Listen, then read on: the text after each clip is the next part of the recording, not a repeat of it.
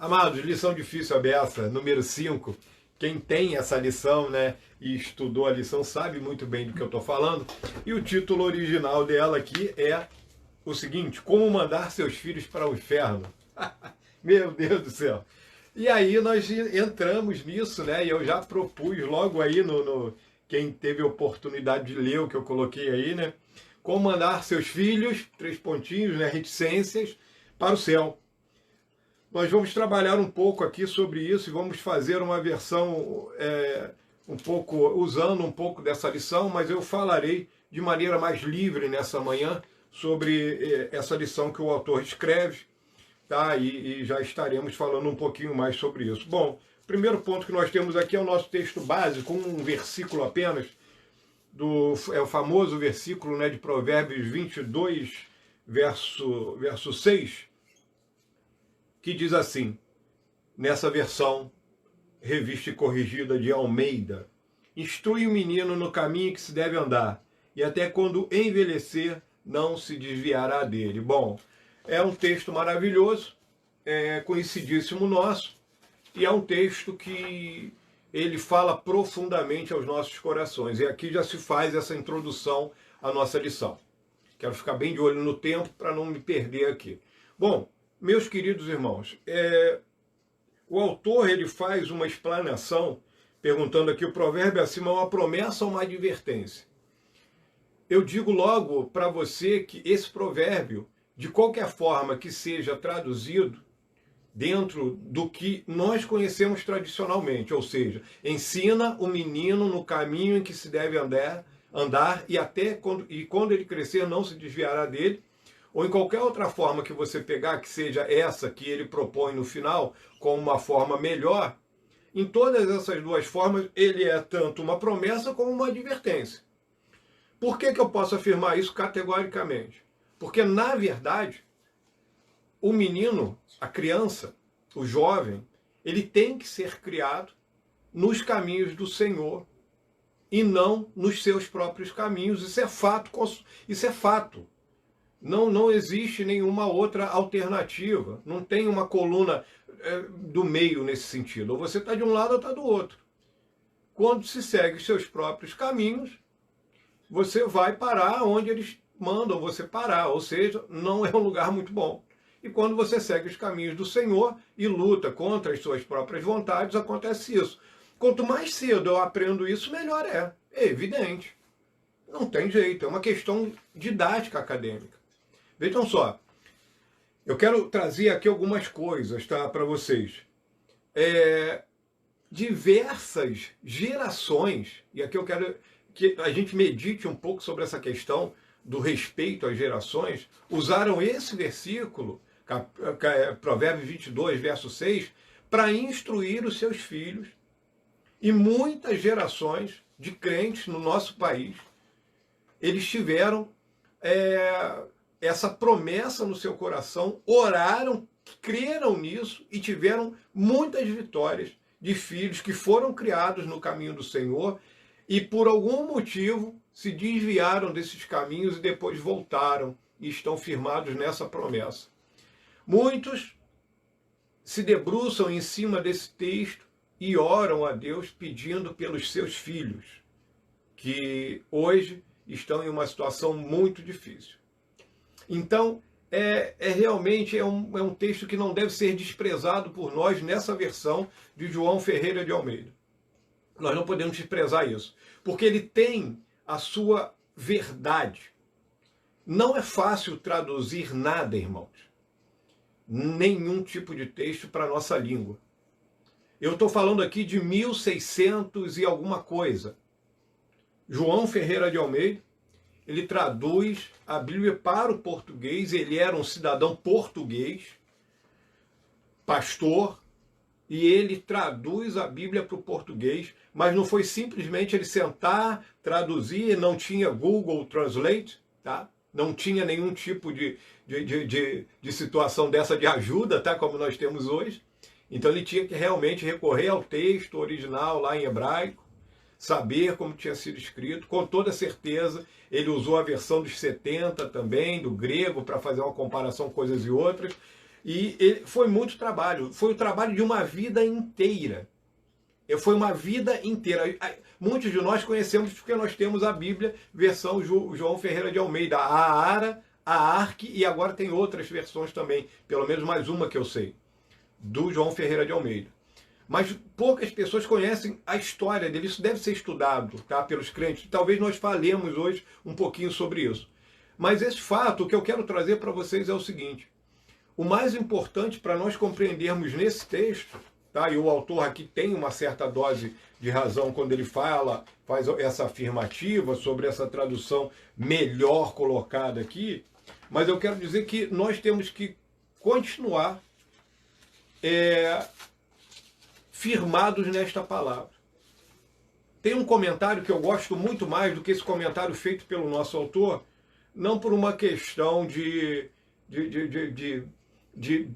adequar-se ao que eu penso também, mas é que eu acho que fica muito mais bem feito isso, tá? Vejam só, o autor aqui dessa matéria que eu proponho para você, preste atenção no que eu estou lendo. Ele diz assim, ó, aqui estão, ele fala assim, porém, mesmo com todos esses problemas, quero deixar claro que acho a Ara uma tradução adequada e não acho a Ara,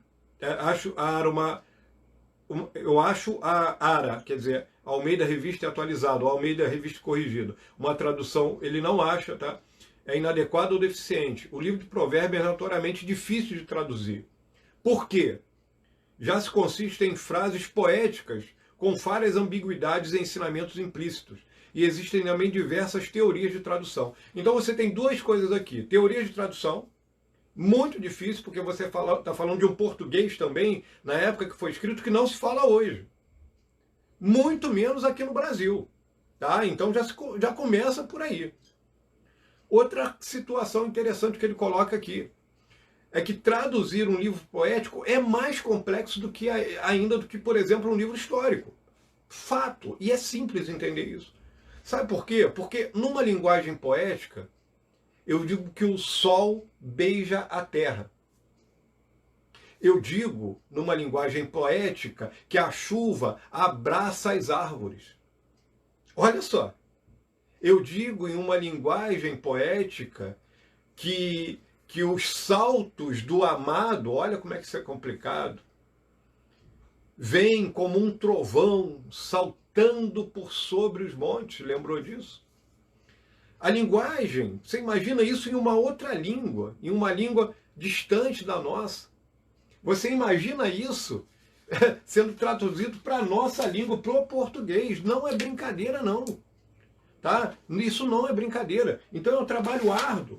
Então isso deve ser levado em consideração, porque até essas afirmações feitas pelo autor desta lição, esse senhor Steve M. Siegel, elas são complexas e eu acho que ele faz uma afirmação muito absoluta, sem abrir margem para outras situações. Esse autor que eu leio aqui, por exemplo, é o Dr. Danilo Augusto Santos, um presbiteriano, professor de hebraico do Centro de Línguas Bíblicas e do Centro de Pós-Graduação de Andrew Jumper. Ele é um especialista em hebraico, um homem muito simples, pelo que eu vejo, e que tem muito simples porque eu sempre recorro a ele quando tenho alguma dúvida sobre línguas originais, uma curiosidade, mais curiosidade, né? Dúvida seria uma arrogância da minha parte, que não é uma especialidade minha. Mas é interessante, ele tem o canal dele é o seguinte, isso é hebraico, ele é ótimo, depois você pode pesquisar lá, você pode gostar disso, quem sabe você vai até querer se aprofundar um pouco mais. Então ele fala disso, sobre essa questão de provérbios, ele fala sobre isso. O mais importante aqui é nós termos essa noção, né? Nós temos essa noção de que essa tradução ela é sim válida. Outra coisa que eu gostaria de deixar para nós aqui é que é muito importante que nós entendamos que se uma criança ela vai ser deixada aos seus próprios desejos, sem direção nenhuma, muito possivelmente ele vai caminhar para o mal. Porque nós não podemos chegar ao conhecimento do bem sozinhos. Isso não existe. Porque o nosso coração é essencialmente mau. Isso pode parecer algo terrível para alguém que tem uma criança pequenininha, um filho pequeno, mas o coração ele tem uma tendência para o mal do homem. O homem, quando ele é criado sem nenhum tipo de educação restritiva, né, e aqui nós vamos falar bastante sobre isso, ele está fadado a ser uma pessoa extremamente desagradável, né? E nós vamos falar um pouco mais sobre isso. Então não é aqui, eu não tenho essa intenção, não bato palmas e nem dou braço a essa intenção de tirar a validade de Provérbios 22:6 com o sentido que nós conhecemos hoje. Porque quando eu estou falando de sentido, aí sim, realmente, se um jovem é deixado ao seu próprio caminho, ele está fadado, infelizmente, ao fracasso. E se ele está sendo criado nos caminhos do Senhor, aí existe uma grande possibilidade de verdadeiramente ele não se desviar desses caminhos. Mas isso depende em uma determinada altitude da vida, ou profundidade da vida, para você ver como é que isso é complexo. Em um determinado ponto da vida, isso depende justamente desta criança e do valor que ele deu para esse ensinamento que foi dado. Porque senão, nós vamos ter pais que vão carregar para o resto da sua vida pesos que não vão conseguir de maneira nenhuma levar de maneira eficiente. E aí vão começar a ter doenças psicossomáticas, vão começar a se sentir mal à beça e a andar de uma maneira terrível, tá bom?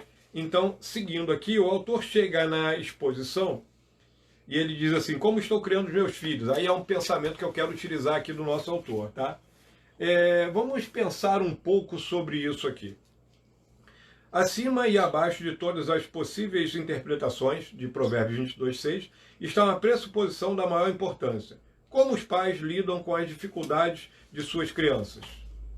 E aí leia-se dificuldades, tá? Nunca é uma honra a Deus que seu povo fale de sua soberania de modo a desobrigá-lo das suas responsabilidades. Soberania e responsabilidade está diretamente ligado a uma coisa. Eu não afirmo a soberania de Deus que eu sou um sujeito irresponsável com a minha vida em qualquer área, tá? Somos levados a crer pelas Escrituras que podemos e devemos ter uma influência tal sobre os filhos que não é incomum que ela os conduza à salvação, tá? Com a bênção de Deus e o suporte da comunidade da aliança, e aí ele vai finalizar o texto dele. Vejam só, essa questão de criar os filhos no caminho do Senhor, nós sabemos disso por prática, que é algo que se enquadra muito mais dentro de algo diário, prático, trabalhoso, do que de verdade, academicamente falando, simplesmente ensinando nas letras. Porque uma criança, ela logo perceberá que eu falo para ela sobre alguma coisa e, na verdade, eu estou vivendo outra coisa. Se eu faço isso na prática, na cabeça dessa criança, fica a seguinte mensagem. Olha, ele está te ensinando a não falar, por exemplo, a não falar palavrão. Mas ele fala. Então, na verdade, esse ensino não é verdadeiro. Porque ele faz isso e na cabeça da criança isso vai ficar como algo que ele também um dia poderá fazer. Principalmente quando sair da tutela do pai. E sair da tutela do pai, muitas vezes, não quer dizer quando ele sair da casa do pai. A casa do pai que eu quero dizer é a casa paterna, tá? Isso pode acontecer dentro da casa paterna. Porque essa questão da emancipação, ela muitas vezes acontece com o filho ainda dentro de casa. E eu acho que até... Eu acho, não, tenho certeza disso. Isso tem que acontecer ainda com o filho dentro de casa. É a emancipação. Porém, entra uma coisa que é o que eu vou chamar aqui de preparo. Qual é o preparo para se chegar nessa etapa? Porque a minha maior briga nessa situação de educação de filhos, e aí alguém pode estar falando assim, mas essa lição é para quem ainda vai ter filho, ou para quem tem filho pequeno. Não. Isso aqui é para quem os seus filhos já estão todos criados e barbados. Sabe por quê? Porque muitas vezes nós viramos avós e vamos ser avós que se intrometem demais nessa situação porque não conseguiram resolver isso com os filhos. Vai querer influenciar tudo, vai querer passar a mão em cima de tudo. Sabe? Você já ouviu falar disso? Aquilo que o pai corrige, mas o avô estraga? Ou a mãe corrige, mas a avó estraga? Isso não pode existir. Então serve para quem já teve. Serve para quem tem essa lição. Porque quem tem pode tirar aqui proveito dessa lição que nós estamos trazendo hoje, né? Que nós estamos aqui querendo induzir você a qual é o caminho para você levar o seu filho para o céu, né? Ou seja, você encaminhar ele nesse caminho, porque você não pode salvá-lo, mas você pode mostrar Cristo para ele. Agora, olha só, qual é o preparo feito para isso? Para aqueles que ainda terão, só para finalizar esse meu pensamento sobre passado, presente e futuro, aqueles que terão ainda filhos, eles podem se basear nisso aqui e observar também, talvez com mais atenção, ao modo que as pessoas criam os seus filhos e também entender que precisam de conhecimento para fazer isso. É muito difícil, não é fácil, não é brincadeira, porque é algo prático, é algo pragmático. Não é algo simplesmente teórico que eu falo, que, poxa, que bacana, que bonito. Isso não funciona, gente. Essa é a verdade. Eu sou fruto de uma determinada criação. Eu tenho um filho de 18 anos hoje. Vocês aí, alguns de vocês já são avós, já viram, alguns já são bisavós. Já estão vendo outras gerações. Vocês sabem o que funciona e o que não funciona. Tá? Então, isso é algo interessante. Aí ele vai falar aqui no tópico número 2 sobre uma fórmula comprovada. E aí ele vai falar, é lógico, aqui eu entendo isso, que ele está usando psicologia reversa.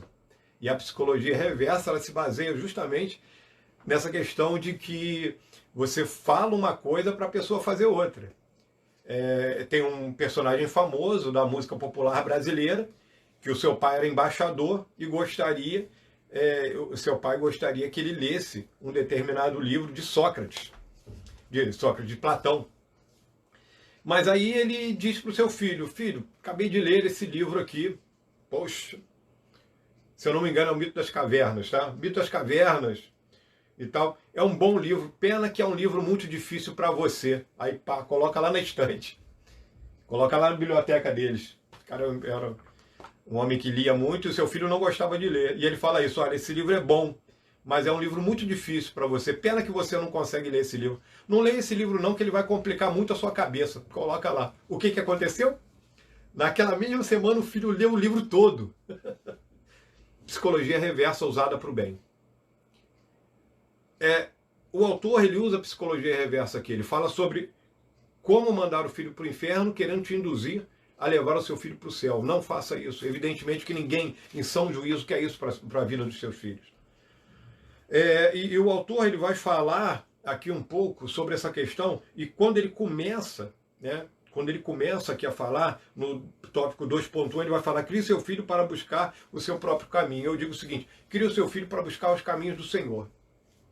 Porque quando você cria o seu filho para criar os seus próprios caminhos, você cria simplesmente um ser humano insuportável. Uma pessoa que não conseguirá, de maneira nenhuma, ter sucesso nessa vida. Porque quando ele é criado nos seus próprios caminhos, ele será uma pessoa arrogante, será uma pessoa que vai achar que verdadeiramente a sociedade gira ao redor dela e que ela é a pessoa mais importante do mundo. Existe uma visão que eu gosto muito nisso, que é a seguinte, você tem que se valorizar. E uma criança, ela já tem que aprender a se valorizar. Mas ela tem que entender que ela é parte de um sistema. Ela faz parte da humanidade. Ela não simplesmente veio a esse mundo para usufruir as benesses que esse mundo tem para dar para ela. Um filho de um cristão, na minha opinião, tá? E aqui eu me dou ao luxo de dar a minha opinião pessoal sobre isso. Eu acho que ele deve ser criado sempre com uma noção do valor das amizades, do amor. Mas, principalmente, ele deve saber o valor da palavra de Deus. A palavra de Deus, ela vai ser pregada de maneiras diferentes durante o desenvolvimento da criança. Como eu falei há pouco aqui. As professoras de criança, elas têm meios e uma linguagem totalmente adequada à criança. Bom são os pais que têm essa linguagem adequada à criança. A criança pode aprender conceitos muito difíceis com explicações simples e comparações criativas, com programas, com situações onde você vai trazer exemplos físicos sobre isso. E isso é muito bom. Agora, isso deve ser usado de maneira sábia e de maneira adequada. Com o passar do tempo, você vai ter que desenvolver uma outra metodologia de ensino. E para isso tem que ter mudança. Quem ensina também tem que ter mudança. E vai chegar um ponto desse relacionamento de pais e filhos, aonde esse filho já será uma pessoa autônoma, um adulto, e que ou vai dar respeito e será reverente com os seus pais, se foi bem criado, ou será um sujeito extremamente arrogante e que vai desprezar os seus pais e muitas vezes não vai nem cuidar dos seus pais.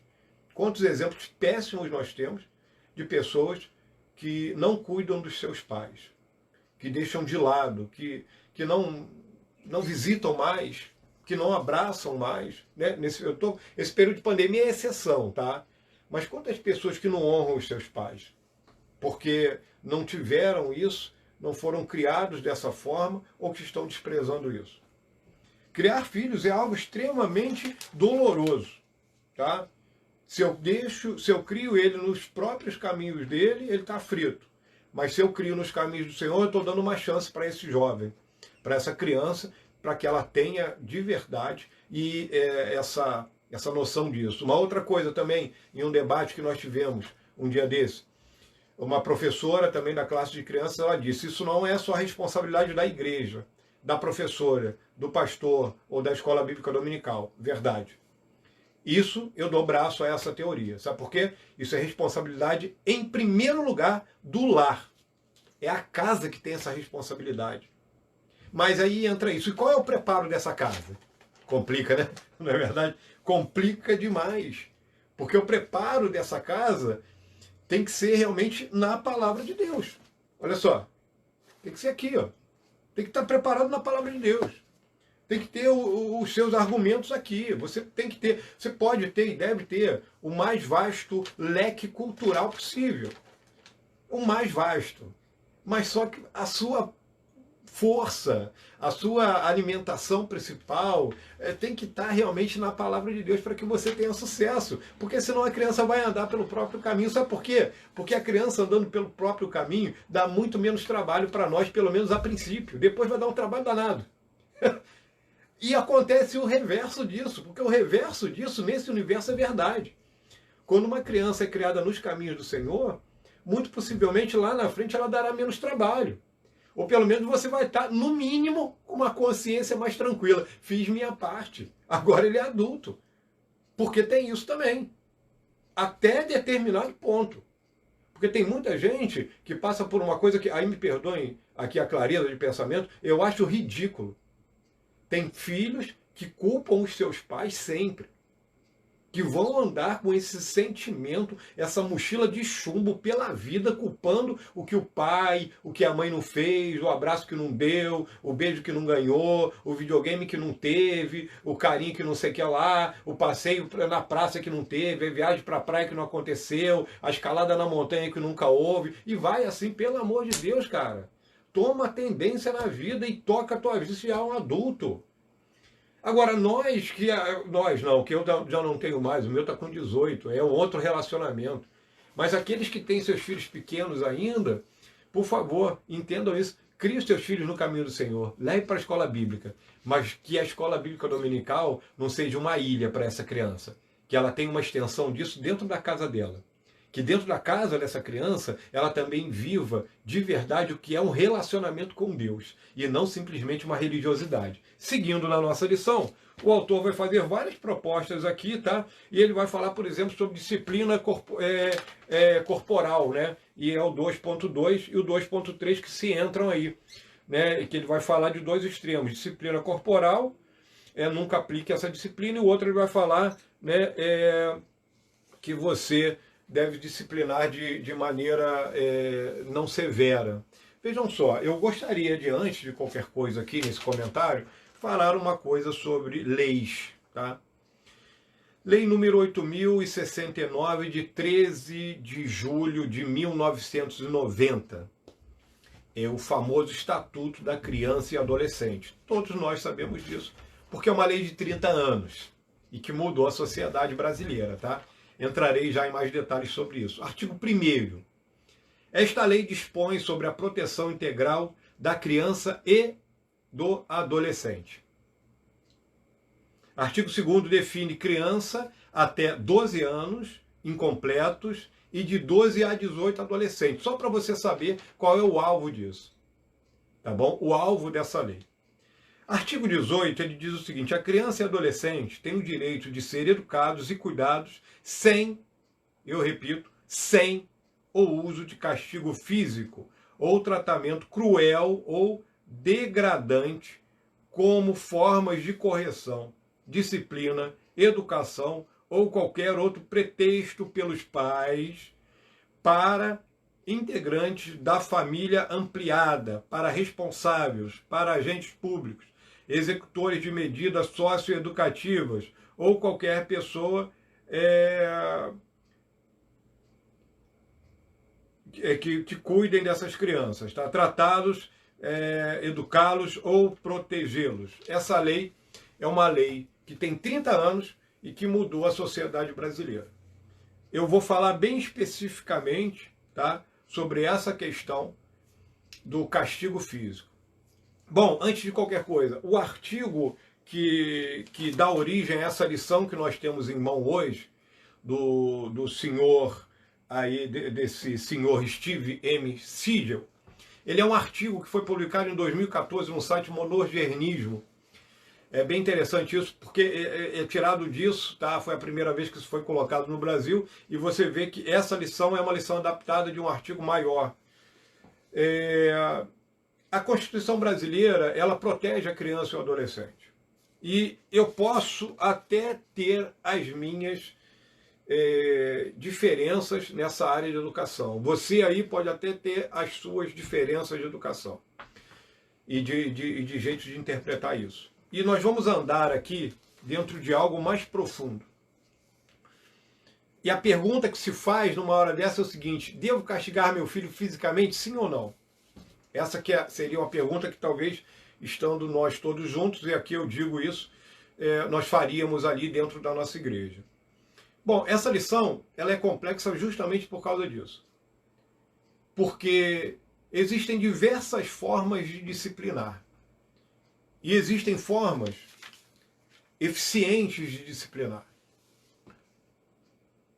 Eu confesso, e não posso aqui mentir diante de vocês e diante de Deus, que isso é algo que, na minha infância, eu passei por diversos momentos onde eu fui disciplinado severamente.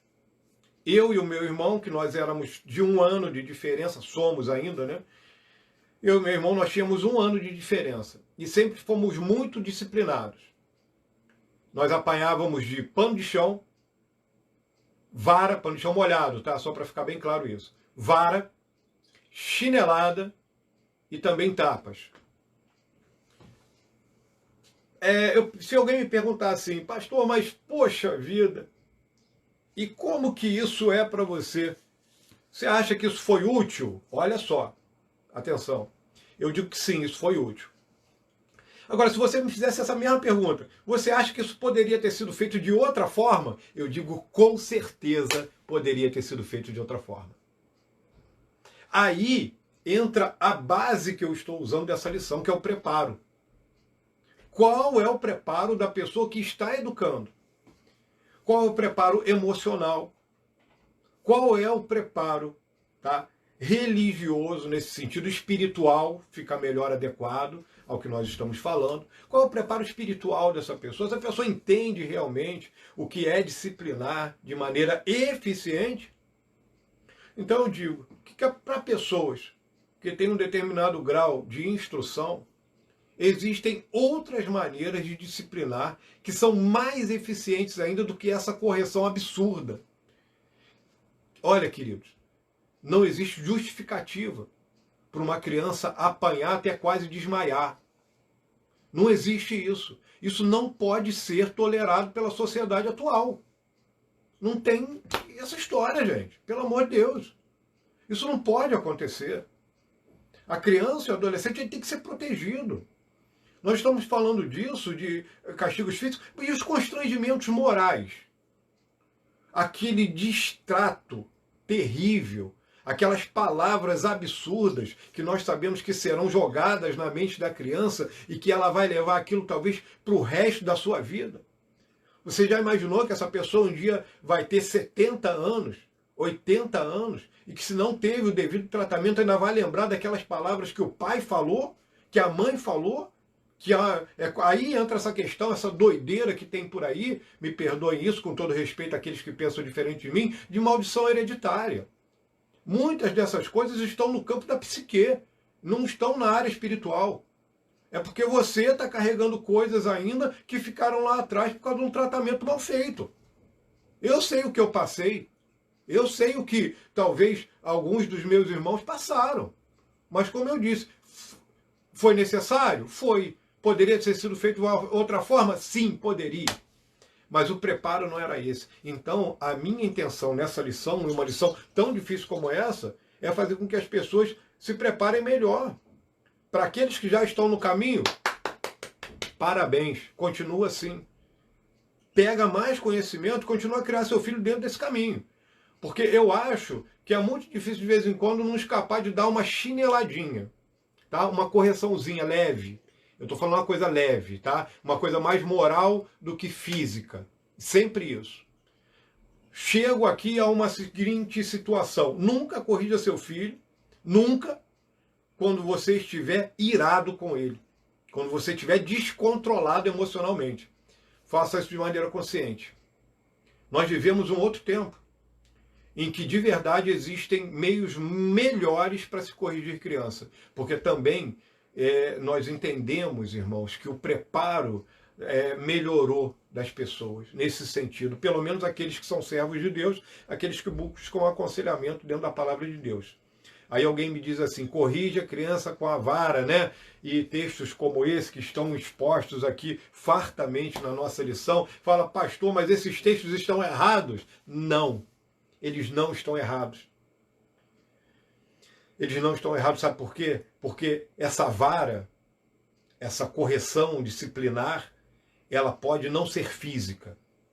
Porque existem correções que são dadas a um filho, que às vezes não são físicas, e que esse filho nunca mais vai esquecer. Nunca mais, tá? Não tem jeito. Existem algumas correções dessas que são aplicadas, que estão ligadas a outras áreas, de outras formas, que o filho nunca mais vai esquecer. Deixa ele um mês sem internet. Ué, gosta de videogame? Deixa um mês sem videogame. O autor vai falar aqui sobre uma coisa, eu já entro nela também, que é a questão de usar a Bíblia. Você deve usar a Bíblia sim, mas não, na minha opinião, forçar o teu filho porque ele errou a ler 10 capítulos da Bíblia. Poxa vida, ele vai associar sempre que a Bíblia é uma coisa ruim, porque ele errou, ele teve que pagar lendo alguns capítulos da Bíblia. Irmãos, isso às vezes dá certo, às vezes não dá. Às vezes você vai criar um ávido leitor da Bíblia e muitas vezes você vai criar uma pessoa que tem verdadeira repugnância pela palavra de Deus, por ler a palavra de Deus. Porque toda vez que ele lê a palavra de Deus, ele vai associar algo extremamente desagradável. Isso também não dá certo, não. Pelo menos eu não vejo dessa forma. Pode ser que uma coisa ou outra, uma pessoa ou outra tenha uma exceção. Uma coisa que também nós devemos levar em conta é a diferença de gerações.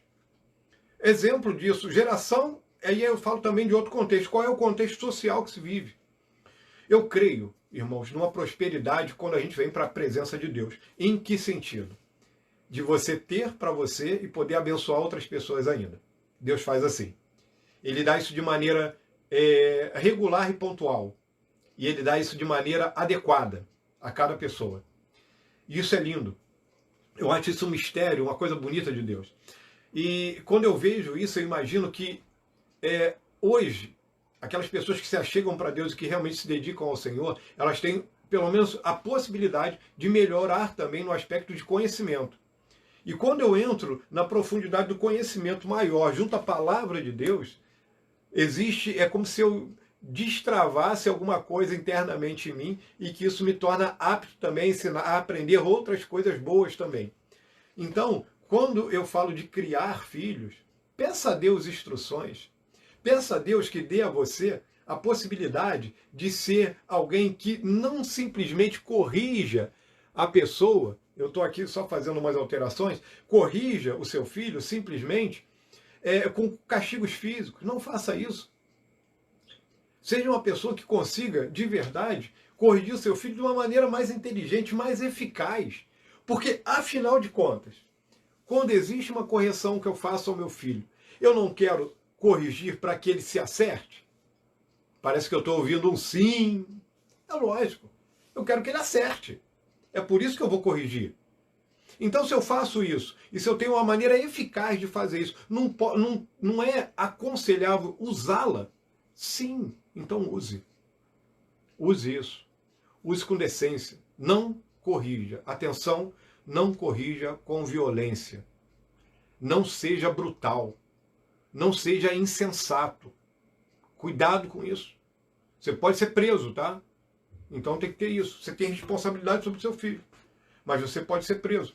Eu quero ler um artigo aqui do Guilherme Shelby. Todos nós conhecemos, né, as suas afirmações. Ouçam bem isso. A família pode exigir respeito e obediência dos filhos, assim como prestem serviços próprios à sua idade e condição. Entenderam isso?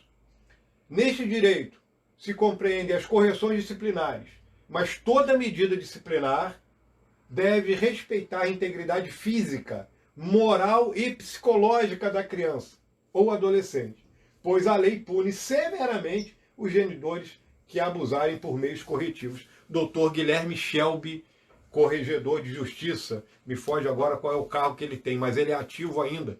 E trabalha, inclusive, foi cotado há pouco tempo atrás para ministro da Educação. Tá? Ele foi cotado pelo nosso atual presidente para ser ministro da Educação. Cautela. Gente, muitas vezes uma correção física exagerada, ela está mostrando o despreparo emocional dos pais. Está mostrando que os pais não conseguem compreender com profundidade qual é o melhor caminho para educar um filho. E isso é algo extremamente danoso, tá? Isso é terrível. O autor passa por diversas partes aqui dentro, tá? Então, nessa parte de disciplina, eu acho que ficou claro para vocês, tá? E para mim também aqui. Uma parte que eu quero aproveitar aqui também para dar uma entrada em um assunto bem interessante que o autor traz aqui para nós, já aqui no 2.13, tá? Porque aqui nós passamos por muita coisa, tá? Ele diz assim, o 2.13, não faça trabalhar por nada. O valor das coisas deve ser mostrado desde cedo. Existe, como o autor aqui, o nosso querido Guilherme Shelby fala, tá? Nesse direito, assim os filhos prestem serviços próprios à sua idade e condição. Existem alguns serviços, algumas coisas que os filhos devem ser impulsionados a fazer. Algumas tarefas que são adequadas para eles. Não se pode criar uma pessoa que não tenha isso. Exemplo disso. Um filho, quando vai para as Forças Armadas, quando ele chega lá, muitos dos filhos, eles levam um choque de realidade. Porque o militar ele tem que levantar de manhã cedo, arrumar a sua cama, os seus coturnos têm que estar brilhando, a roupa tem que estar passada. Isso tudo é providenciado por ele. Em algumas situações dessas na vida militar, alguns desses jovens vão sucumbir. Eles vão se desesperar, porque nunca fizeram isso em casa. O sujeito ele nunca varreu o seu quarto. Ele nunca arrumou a própria cama. Ele nunca lavou um copo. Ele nunca lavou um prato. Ele não sabe o que é isso. Existem alguns serviços que são adequados para cada idade. É evidente que eu estou aqui me distanciando muito, completamente, todo o outro lado do que nós estamos falando de serviços forçados, de serviços inadequados a determinadas idades. É por isso que eu digo de novo e volto ao ponto principal para mim desta lição, que é o primeiro tópico, que é aqui refeito por nós, que chama preparo. Os pais têm que estar preparados para isso. Os avós têm que estar preparados para isso, para aprender que essa organização é dada pelos pais. Os futuros pais se preparem para isso, porque, com toda certeza, se um dia você vai ter um filho, você terá problemas como esse, como disciplinar o filho, como incentivá-lo a valorizar o que eu produzo para ele. Essa é a grande pergunta a se fazer nisso. Como impulsioná-lo a realmente ter amor pela palavra de Deus? Nós estamos caminhando por aqui, porque, por exemplo, como eu falei lá do não desprezar e aqui eu quero misturar um pouco o assunto, mas é de propósito, quando eu falei de não desprezar, por exemplo, essa tradução, João Ferreira de Almeida, e o Provérbio 22, verso 6, ensina a criança no caminho que se deve andar, porque só para a gente perceber um pouco como que é complexo você traduzir um texto desse, olha só, os originais escritos da Bíblia já se perderam, nós não temos nenhum fragmento disso conhecido pelo homem.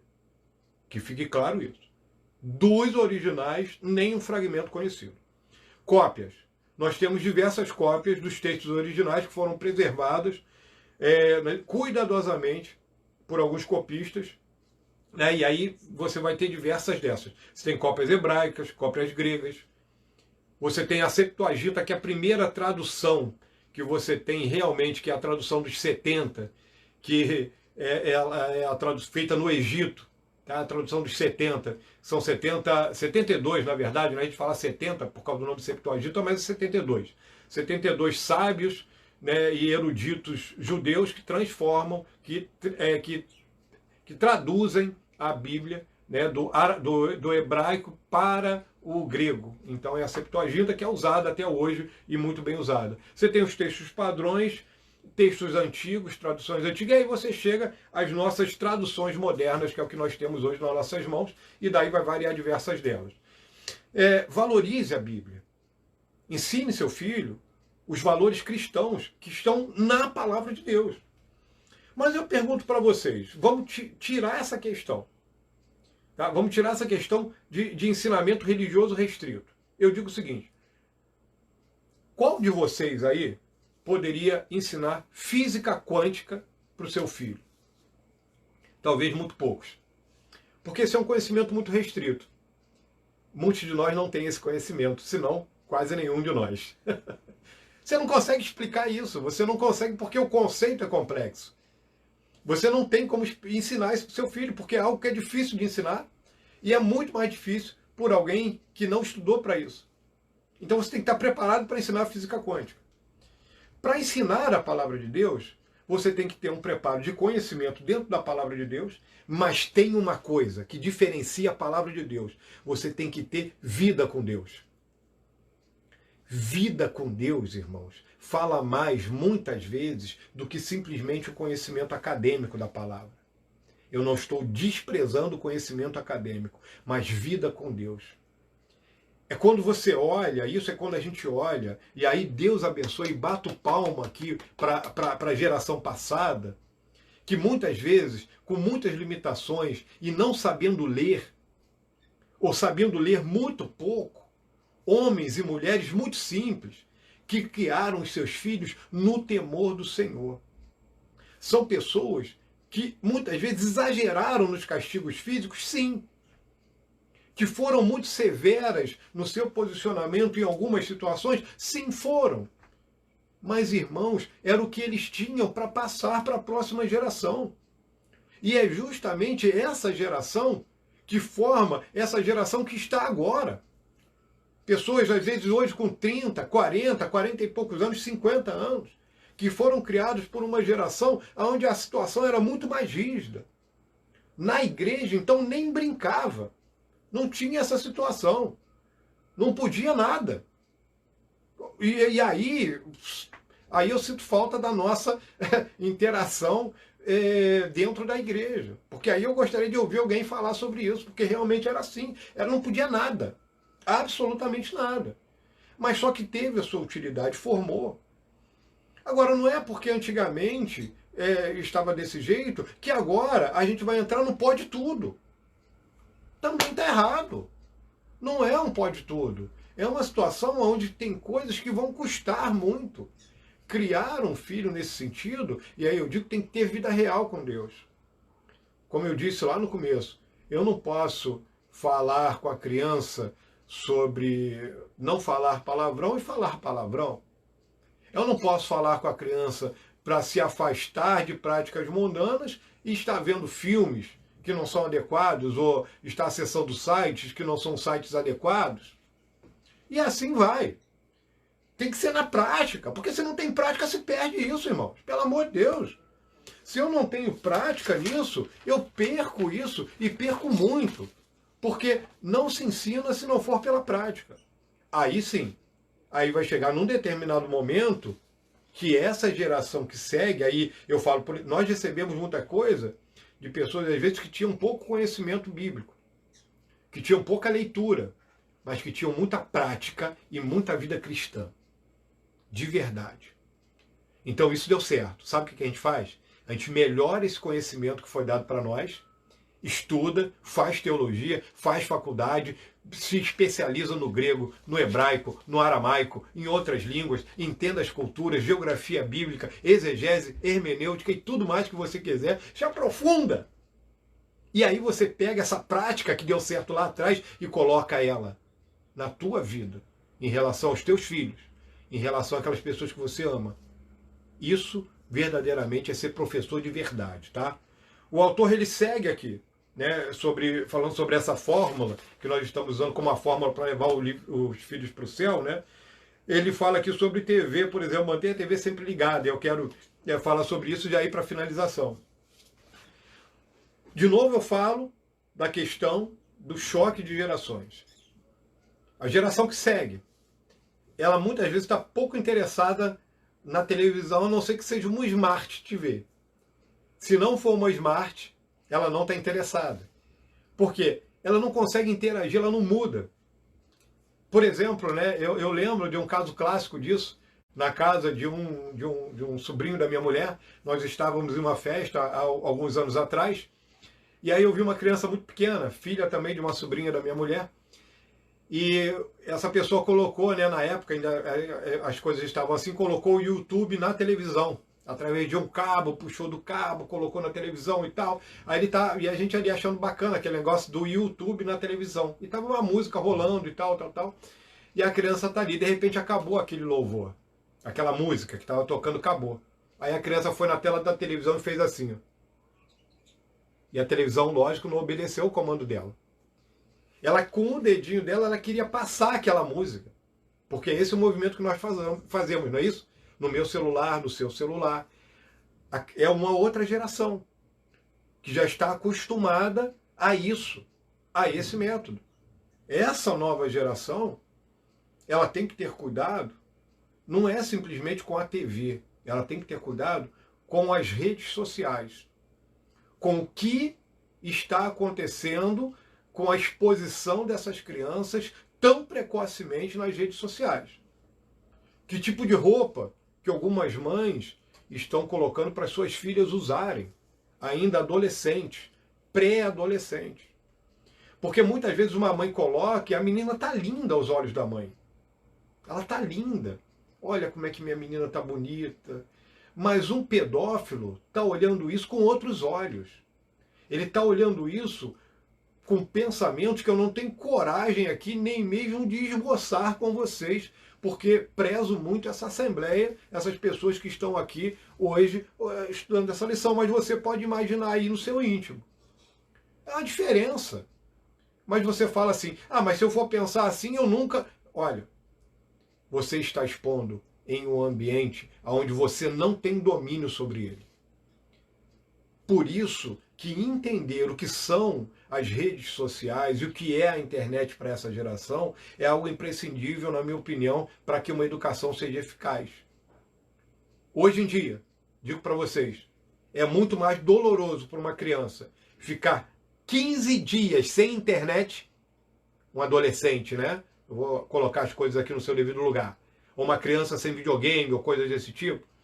É muito pior ficar 15 dias sem internet do que tomar uma surra da sua mão. É muito mais eficiente você deixar assim.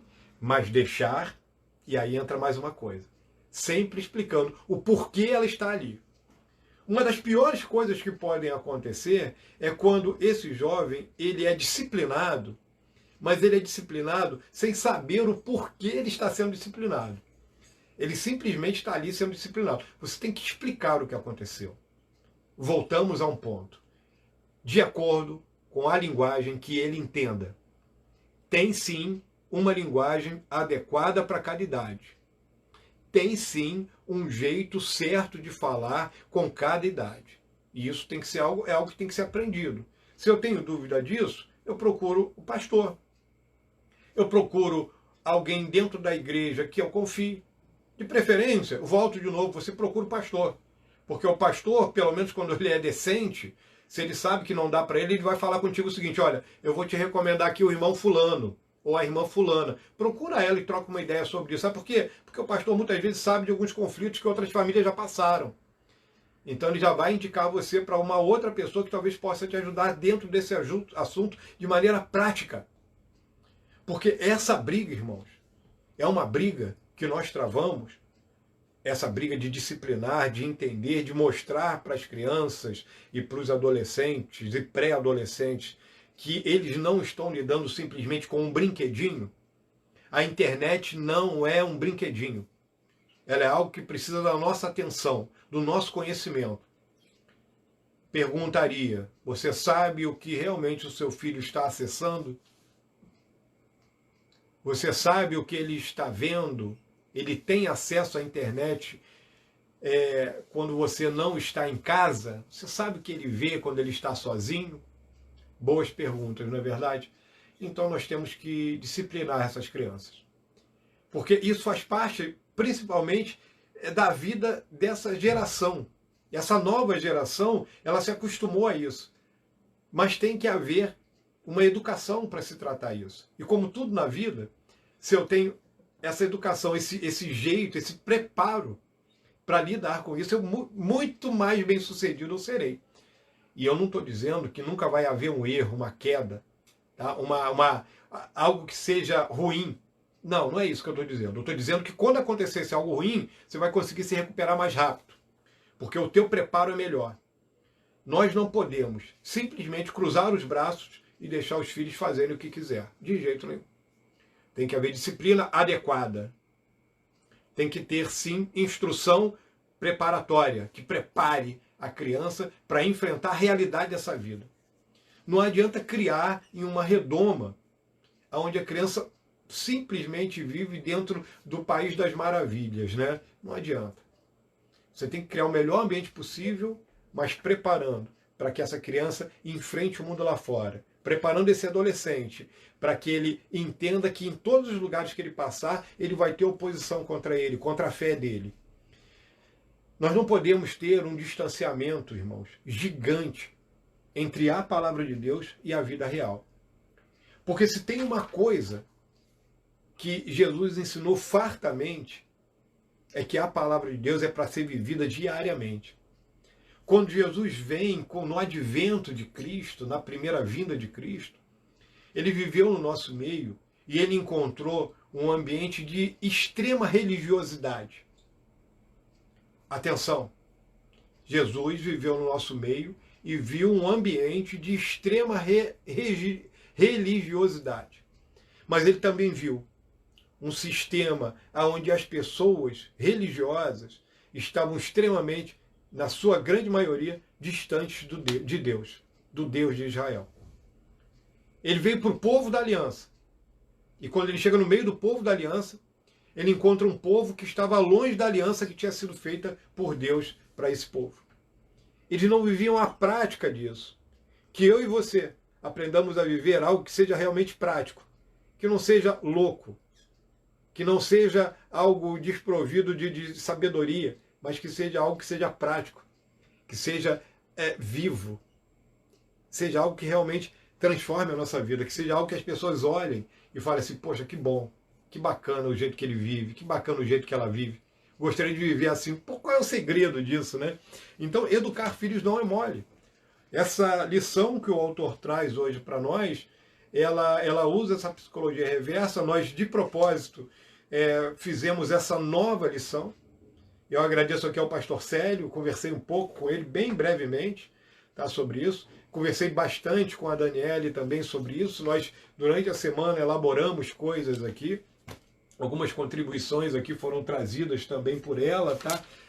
Essa, por exemplo, do nosso querido Guilherme Shelby, né? Do procurador Guilherme Shelby, ela trouxe alguma coisa sobre isso.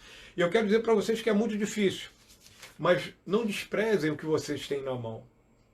Que a gente continue e aprenda a valorizar a palavra de Deus. De novo eu mostro aqui, você tem aí na sua mão, eu sei disso. Valorize a palavra de Deus.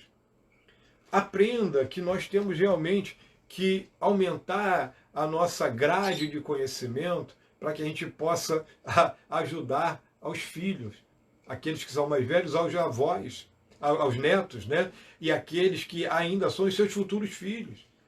Esse conhecimento ele é preciso. Agora, não entre nessa ilusão. Você vai ter que disciplinar. Entra de novo aquilo. Qual é o teu preparo para disciplinar um filho? Você tem que ter isso de maneira eficaz e afiada. E que Deus te abençoe e dê sabedoria para que você realmente consiga criar os seus filhos no caminho do Senhor. E que você trabalhe para isso. Ore por isso. Para que ele, quando crescer, não se desvie dos caminhos do Senhor. Tá? O autor fecha aqui essa lição. Ele diz assim, no parágrafo 2º, ele diz assim: a aliança continua por gerações, mas ela continua junto ao caminho da fidelidade, não o da presunção. Nós temos grandes e poderosas promessas da parte de Deus, bem como admoestações. Ele nos adverte que não fazer nada é a coisa errada. Ensine a criança em seus próprios caminhos, e quando ela for velha, ela não se desviará dele, continuará nos seus próprios caminhos. Mas ensina a criança no caminho que ela deve andar. E se esse caminho que você está ensinando é o caminho do Senhor, ela não vai se desviar dele. E se ela se desviar, eu creio que ela voltará. Mas acredite, um dia ela mesma tomará essa decisão. Porque por mais esforço que eu e você façamos por um filho, por mais que você ore, sangre por ele, por mais que você lute por ele, o teu amor e o meu amor não chegam nem perto do amor de Cristo. E Cristo gostaria que todos fossem salvos. Mas nem todos, infelizmente, vão querer a salvação de Cristo. Agora, nesse processo de criação, o mais importante para os pais, para aqueles que criam, que têm responsabilidade, é ter o coração tranquilo e saber de verdade que estão fazendo aquilo que deveriam fazer segundo a palavra de Deus. Que trabalhem com amor, com carinho, que trabalhem de maneira vigorosa, mas que realmente trabalhem segundo a palavra de Deus, corrigindo de maneira adequada. Eu digo aqui de novo, de maneira adequada, com carinho, que seja uma correção com um objetivo didático, ou seja, eu corrijo aqui já ensinando uma verdade para frente, que não sejam aqueles castigos brutais do passado, que ajudaram, a nós sim ajudaram, mas deixaram traumas alguns, deixaram algumas coisas aí sim, ficou coisa sim, que não foi só coisa boa, apanhei a beça, eu dou graças a Deus pelo que eu apanhei. Mas tem coisas que ficaram que depois tem que ser corrigidas, porque ficam sim. Então corrija de maneira adequada, amorosa, tá? E que a paz de Cristo esteja sobre o teu coração. Difícil essa lição, tá? Mas é uma lição que é preciso falar, tá? Que Deus abençoe. Ensina a criança no caminho em que se deve andar. Faça isso. Não deixe que ela seja guiada pela sua própria vontade. Isso é um grande erro. Que Deus abençoe o seu domingo. Que Deus dê a você a alegria de ter um domingo feliz, alegre, junto com quem você ama, junto com a sua família. Que Deus te abençoe. E mais tarde, às 19 horas, nós estaremos aqui compartilhando um pouco da palavra de Deus. Que Deus te abençoe nesse dia. Fique na paz.